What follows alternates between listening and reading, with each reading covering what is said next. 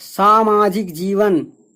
ऋग्वैदिक काल के समान इस समय भी संयुक्त परिवार की प्रथा थी, जो प्रतिसत्तात्मक होती थी। पिता के अधिकार विस्तृत एवं उसकी शक्ति असीमित थी। वह अपने पुत्रों को बेच सकने, गृह निकाला करने आदि विषयों में स्वतंत्र अधिकार रखता था। ऐतरेय ब्राह्मण से पता चलता है कि अजीरगत ने अपने पुत्र सुनशेष को 100 गौवें लेकर बलि के निमित्त बेच दिया था। इसी प्रकार विश्वामित्र ने अपने 50 पुत्रों को आज्ञा न मानने के अपराध में घर से निकाल दिया था, किंतु इस प्रकार के निर्णय विशेष परिस्थितियों में ही लिए जाते थे। सामान्यतः पिता का पुत्र एवं अन्य पारिवारिक सदस्यों के साथ संबंध मृदुताएं था।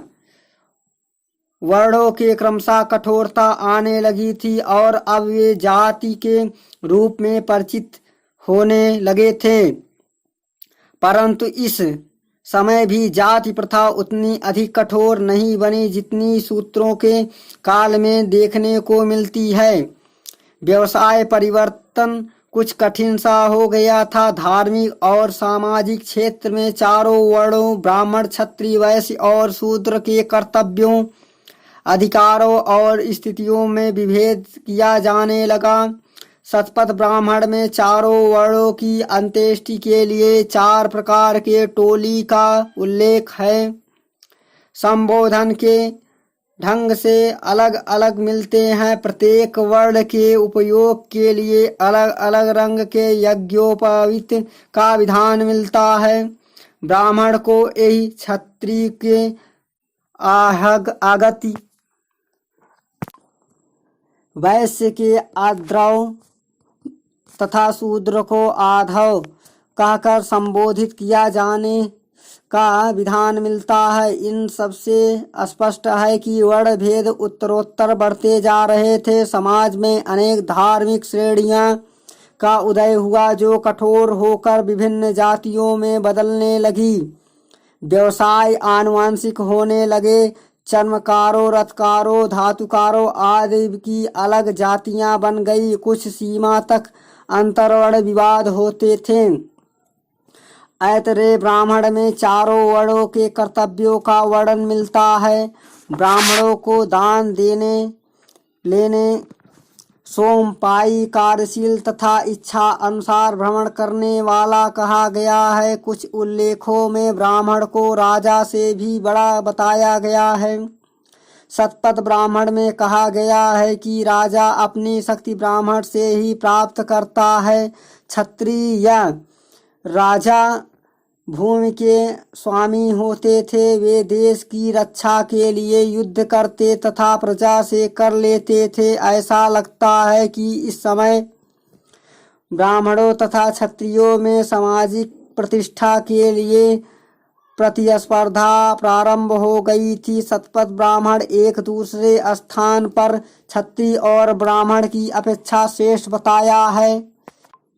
इस काल के कुछ क्षत्रिय शासक अपने ज्ञान के लिए विख्यात थे तथा वे ब्राह्मणों के भी शिक्षक थे। वैश्य दूसरे को कर देते थे तथा कृषि, व्यापार और उद्योग धंधे में लगे रहते थे। उन्हें अदय भक्षणीय कहा गया है, जिससे तात्पर्य है कि वैश्य सामाजिक पुष्टि पोषण के आधार थे। शूद्र को तीनों वर्णों का सेवक कहा गया है। लोग उसे मनमाने ढंग से उखाड़ फेंकते थे और इच्छा अनुसार उसका वध कर सकते थे, किंतु जी.सी. पांडे वाद्य का अर्थ दंडनीय करते हैं। शतपथ ब्राह्मण में भी शूद्रों की हीन स्थिति का उल्लेख हुआ है तथा बताया गया है कि शूद्र अभिषिक्त पुरुष द्वारा संबोधन योग्य नहीं होता था, परंतु इस समय तक समाज में अस्पृश्यता की भावना का उदय नहीं हुआ था। उपनिषदों में उल्लिखित सत्य, काम, जावली तथा जनश्रुति की कथाओं से स्पष्ट है कि शूद्र दर्शन के अध्ययन से वंचित नहीं किया गया। शतपथ ब्राह्मण में सोम यज्ञ में शूद्र को स्थान देता है। बृहदारण्यक तथा छंदोग्य उपनिषद में कहा गया है कि ब्रह्मलोक में सभी समान माने जाते हैं, अतः चांडाल भी यज्ञ का अवशेष पाने का अधिकारी है। समाज में स्त्रियों की दशा अच्छी थी, बाल विवाह नहीं होते थे, बहुविवाह तथा विधवा विवाह प्रचलित थे। मैत्रेयी संहिता में मनु को 10 पत्नियों का उल्लेख हुआ है। स्त्रियों को पर्याप्त शिक्षा दी जाती थी, वे उत्सवों तथा धार्मिक समारोहों में भाग ले सकती थीं, परंतु उन्हें अब भी राजनीति तथा धन संबंधी अधिकार प्राप्त नहीं थे। ऐसा प्रतीत होता है कि उनकी सामाजिक एवं धार्मिक प्रतिष्ठा ऋग्वैदिक काल की अपेक्षा कम हो गई थी। ऐतरेय ब्राह्मण अस्पष्टता कन्या के चिंता का कारण बताया है। अथर्ववेद भी कन्याओं के जन्म की निंदा करता है। मैत्रेयी संहिता में तो स्त्री को द्यूत तथा मदिरा की श्रेणी में रखा गया है। समाज का शेष जीवन जैसे खान पान, मनोरंजन, वस्त्राभूषण आदि ऋग्वैदिक काल के ही समान था।